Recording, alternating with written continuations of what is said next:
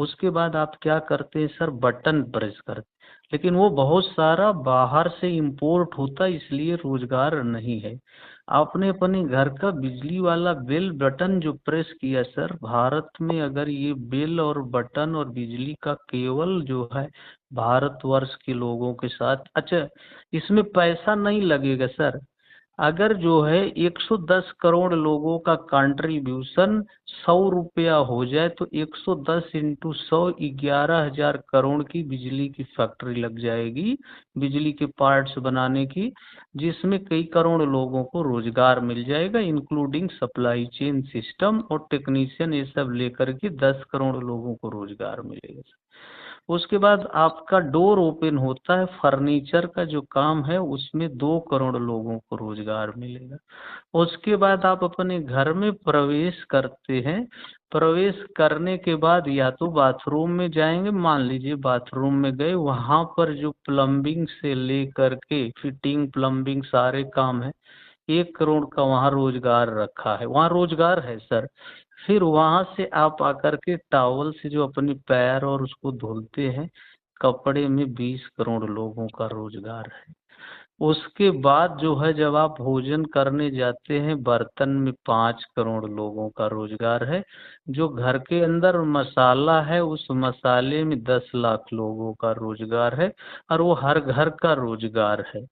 उसके बाद जब आप बिस्तर पर अपने और वो फैन और ये घर, अब घर का पेंटिंग वॉल पेपर ये सारी चीज जो है, ये सब मिला करके 140 करोड़ भारतवासियों के पास 180 करोड़ लोगों का रोजगार है साहब। कुछ करने की जरूरत नहीं, आप घर से बाहर निकलते हैं, 2 व्हीलर 4 व्हीलर 3 व्हीलर जो भी साधन से जाते हैं, उसमें केवल और केवल रोजगार है साहब, कई करोड़ लोगों का रोजगार है।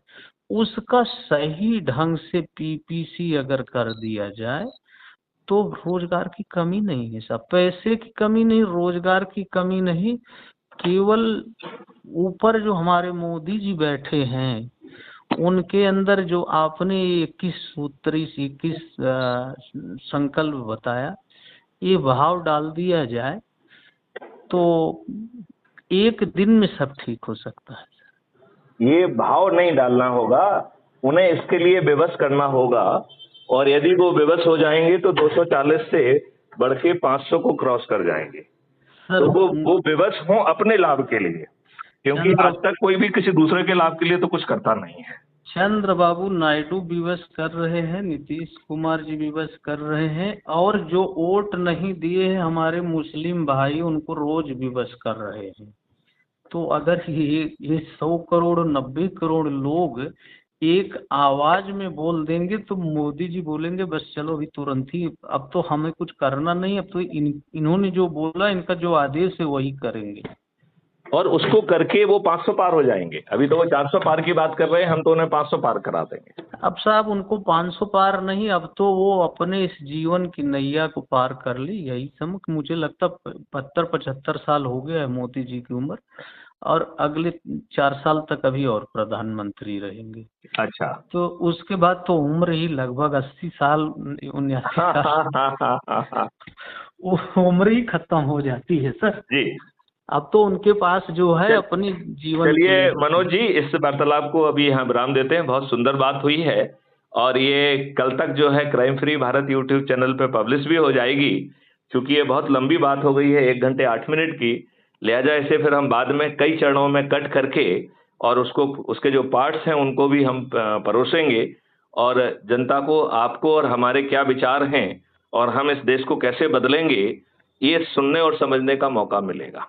एक ही अनुरोध है साहब, इसमें अगर कुछ गैर कानूनी बात होगी तो उसको आपने कोई गैर कानूनी बात नहीं की, आपने सब बातें सही की हैं, देश हित में कही हैं, और आपने अपने ज्ञान के आधार पर कैसे जो है रोजगार का निर्माण किया जा सकता है उस पर भी रोशनी डाली, जिसके लिए मैं आपका आभारी हूं। जय हिंद, जय भारत, वंदे मातरम, जय गुरुदेव। जय जय